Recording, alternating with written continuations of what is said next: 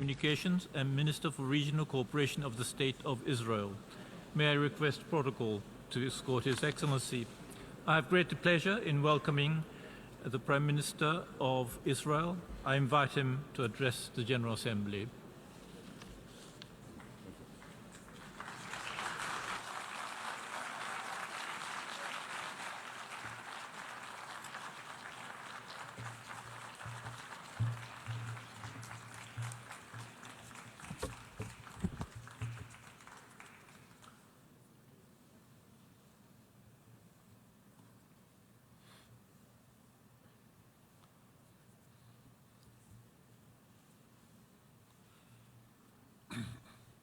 Distinguished delegates, ladies and gentlemen, when I spoke here 3 years ago, Israel stood alone among the nations. Of the nearly 200 countries that sit in this hall, only Israel openly opposed the nuclear deal with Iran. We oppose it because it threatens our future, even our very survival. We opposed it because the deal paved Iran's path to a nuclear arsenal. And by lifting the sanctions, it fueled Iran's campaign of carnage and conquest throughout the Middle East. We oppose it because the deal was based on a fundamental lie that Iran is not seeking to develop nuclear weapons. Now, Israel exposed that lie earlier this year. Last February, Israel conducted a daring raid on Iran's secret atomic archive. We obtained over 100,000 documents and videos that had been stashed in vaults in an innocent-looking building in the heart of Tehran. In May, I presented a short summary of what we obtained to the international media. I provided hard evidence of Iran's plans to build nuclear weapons and its plans to deceive the international community. Israel shared this information and even more damning evidence that we found with members of the P5+1 and with the International Atomic Energy Agency. Months have passed. The IAEA has still not taken any action. It has not posed a single question to Iran. It has not demanded to inspect a single new site discovered in that secret archive. So given this inaction, I decided to reveal today something else that we have shared with the IAEA and with a few intelligence agencies. What I'm about to say has not been shared publicly before. Today, I'm disclosing for the first time that Iran has another secret facility in Tehran, a secret atomic warehouse for storing massive amounts of equipment and material from Iran's secret nuclear weapons program. In May, we exposed the site of Iran's secret atomic archive. It's right here, in the Shorabad district of Tehran. Today, I'm revealing the site of a second facility, Iran's secret atomic warehouse.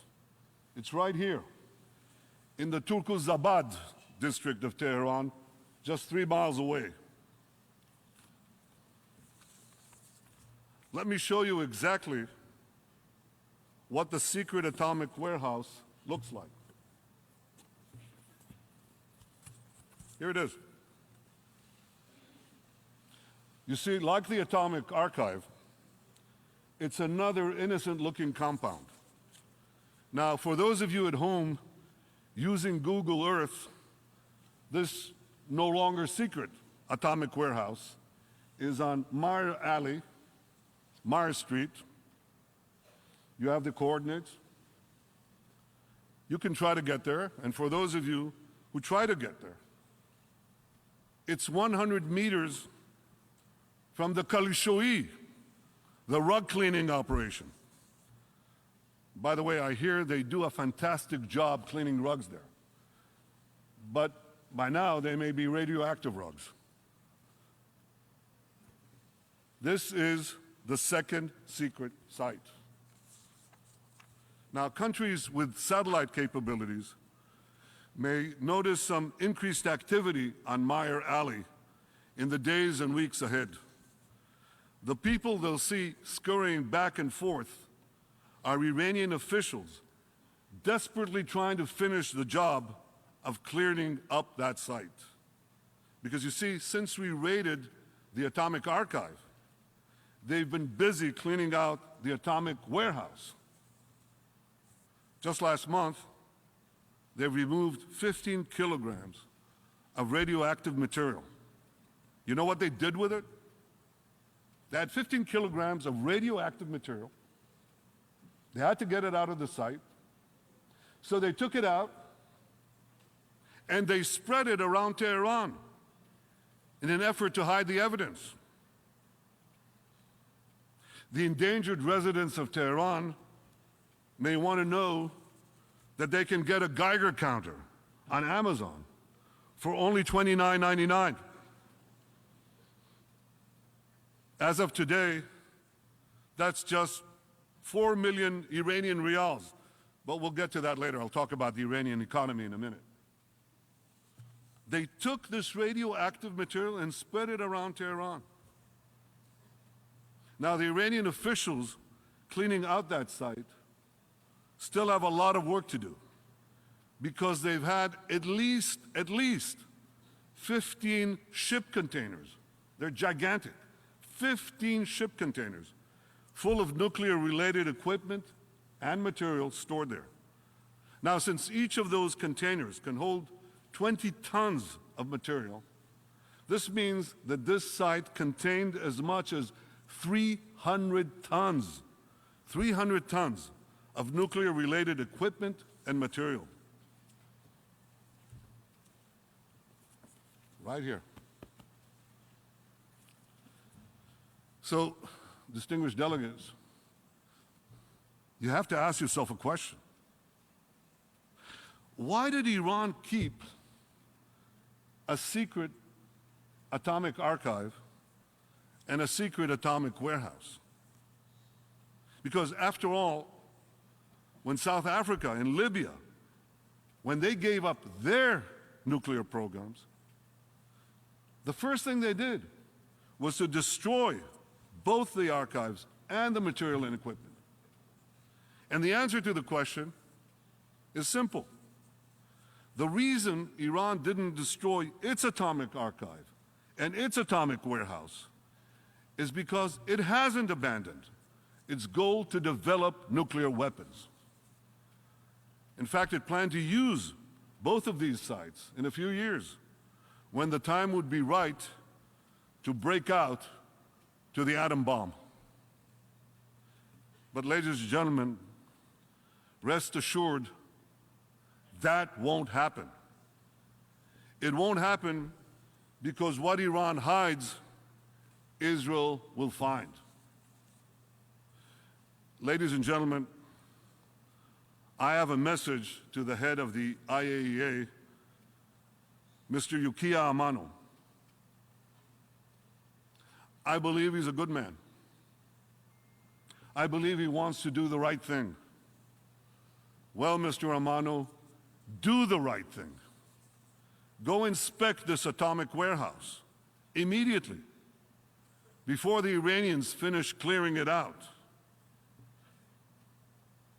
Distinguished delegates, do you remember when we were promised that inspections could take place anytime, anywhere? Remember that? Anytime, anywhere? Well, how about inspections right here, right now?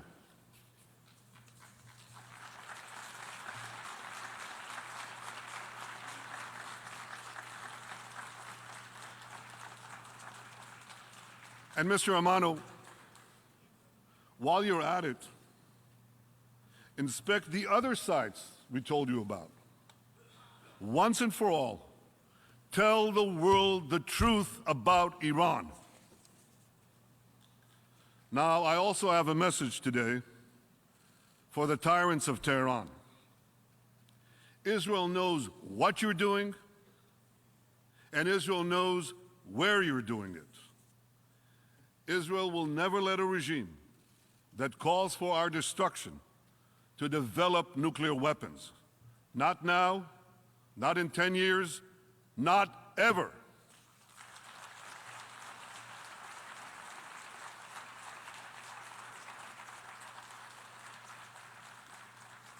And Israel will do whatever it must do to defend itself against Iran's aggression. We will continue to act against you in Syria. We will act against you in Lebanon.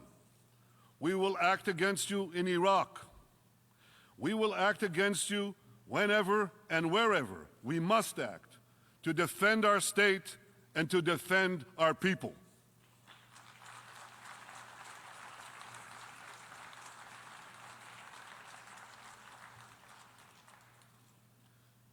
Distinguished delegates, 3 years ago, a few weeks after the nuclear deal was completed, I asked this question from this very podium. Does anyone seriously believe that flooding Iran's radical theocracy with weapons and cash will curb its appetite for aggression? But many of the deal's supporters believed just that. They believed that Iran's regime would become more moderate, more peaceful. They believed that Iran would use the billions of dollars it received in sanctions relief to improve the lives of its people, to solve the water problem, to solve the trucking problem, to solve the electricity problem, hospitals, schools. That's what they believed. Perhaps many of you also believe that. Well, this didn't happen. Instead, Iran used the money to fuel its vast war machine. Just this past year, Iran has attacked Kurds in Iraq, slaughtered Sunnis in Syria, armed Hezbollah in Lebanon, financed Hamas in Gaza, fired missiles into Saudi Arabia, and threatened freedom of navigation in the Straits of Hormuz and the Strait of Bab el-Mandeb. Some peace, some moderation. Now, if you think that Iran's aggression has been confined to the Middle East, think again. Last month, 2 Iranian agents were arrested for plotting terror attacks right here in the United States. And several weeks ago, Iranian agents were arrested for plotting terror attacks in the heart of Europe. Yet, while the United States is confronting Iran with new sanctions, Europe and others are appeasing Iran by trying to help it bypass those new sanctions. Now, I've just used a word, a tough word, a very strong word, appeasement. And I use it reluctantly. But unfortunately, that's exactly what we're seeing again in Europe. Think about this. The same week Iran was caught red-handed trying to murder European citizens. European leaders were rolling out the red carpet for President Rouhani, promising to give Iran even more money. I'm a historian's son. I have to ask. I ask it not merely as a historian's son, I ask it as a Jew, as a citizen of the world, as someone who's lived through the 20th century. Have these European leaders learned nothing from history? Will they ever wake up? Well, we in Israel, we don't need a wake-up call because Iran threatens us every day. Because despite the best of hopes, and there were many hopes around the nuclear deal, this deal did not push war further away. It brought war ever closer to our borders. In Syria, Iran is trying to establish permanent military bases against us and has already launched missiles and drones into our territory. In Gaza, Iran is arming terror groups to launch rocket attacks into our cities and terror attacks against our civilians. In Lebanon, Iran is directing Hezbollah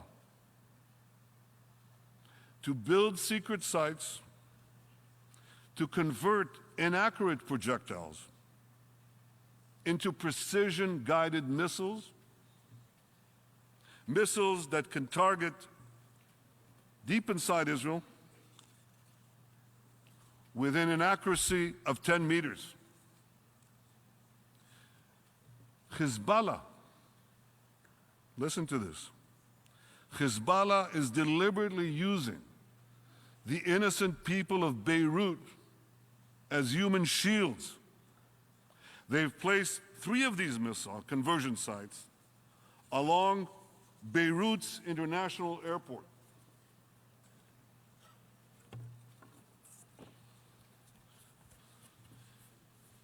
Here's a picture that's worth 1,000 missiles. Here's Beirut's international airport. Here's the first missile site. It's in the Uzai neighborhood, on the water's edge, a few blocks away from the runway. Here's the second site. It's underneath a soccer stadium. That's the soccer stadium, 2 blocks away. And here's the third site. It's adjacent to the airport itself, right next to it. So I have a message for Hezbollah today. Israel also knows what you're doing. Israel knows where you're doing it. And Israel will not let you get away with it.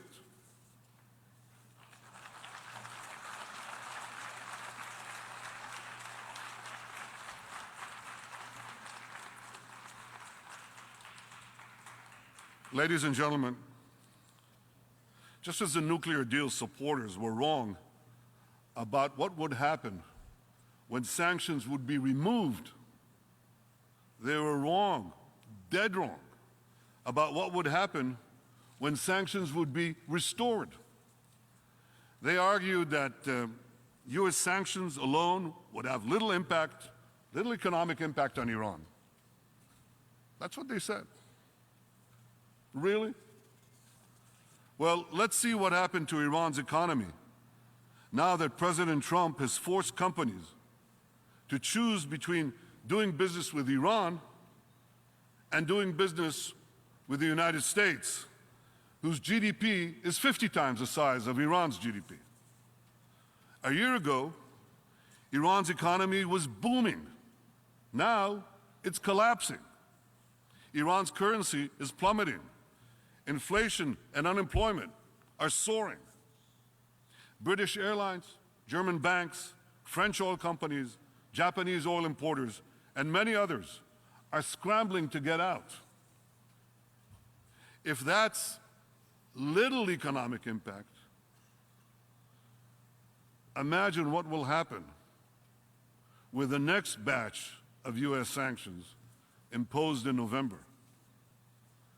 The deal's supporters were also wrong when they argued, you have to believe that they argued this. I mean, I had many arguments with them. They also argued that restoring sanctions would rally the Iranian people around the regime. Well, they're definitely rallying, but not around the regime. They're rallying against the regime. They're not chanting death to America. They're chanting death to the dictator. They're not chanting export the Islamic revolution. They're chanting leave Syria, leave Lebanon, leave Gaza, take care of us in Iran. I listened to these protests. I talked to the Iranian people. I issue these videos. And I get so many responses from Iranians. At first I thought these are Iranian exiles in the safety of London or Paris or Los Angeles. No, Iranians from Iran, embracing Israel, criticizing the regime. That's an understatement. With their names. And I asked my intelligence people, what's going on? And shortly after, the protests broke out, not because of what I said, but it was an indicator of something extraordinary that was taking place there. Because in these protests, the Iranian people are showing unbelievable courage. From the urban centers to the outlying villages, and it's embracing now the whole of Iran. From the striking bazaar merchants to the young women uncovering their hair. The people of Iran are bravely standing up to a regime that has brutally repressed them for 4 decades and that has squandered their money, still squanders their money, in bloody wars across the Middle East. So here's what I say to Europe's leaders and to others.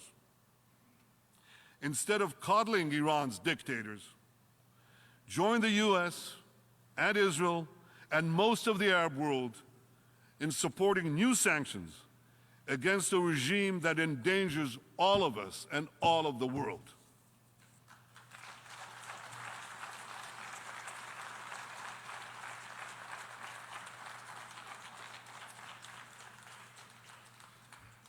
Israel is deeply grateful to President Trump for his bold decision to withdraw from the disastrous nuclear deal with Iran.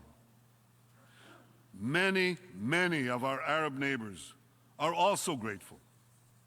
And everyone who cares about the peace and security of the world should also be grateful.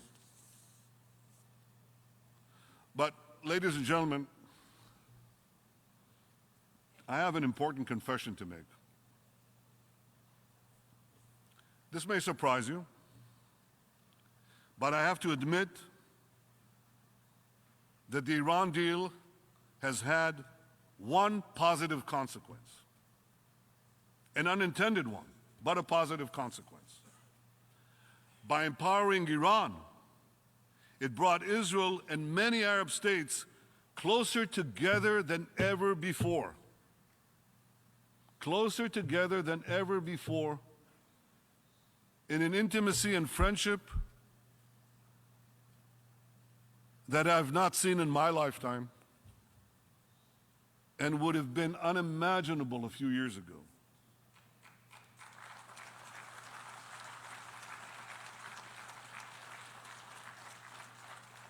And you know, when you form friendships around a threat, around a challenge, you quickly see opportunities, not only for security, but how to bring a better life for our people, which Israel can help and wants to help do. Israel deeply values these new friendships. And I hope the day will soon arrive when Israel will be able to expand peace, a formal peace, beyond Egypt and Jordan. I also want to use this opportunity. We're here at the UN, a place I know, because I served here as ambassador many years ago, for many years. So I know something about the UN. So I want to use this opportunity to express Israel's appreciation to President Trump and Ambassador Haley for the unwavering support they've provided Israel at the United Nations.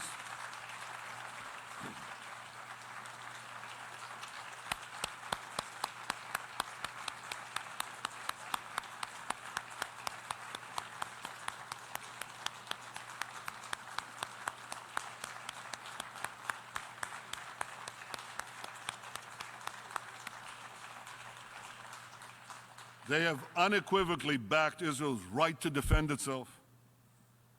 They rightly pulled out of a history-denying UNESCO and a morally bankrupt UN Human Rights Councils. They have more resolutions about Israel than the rest.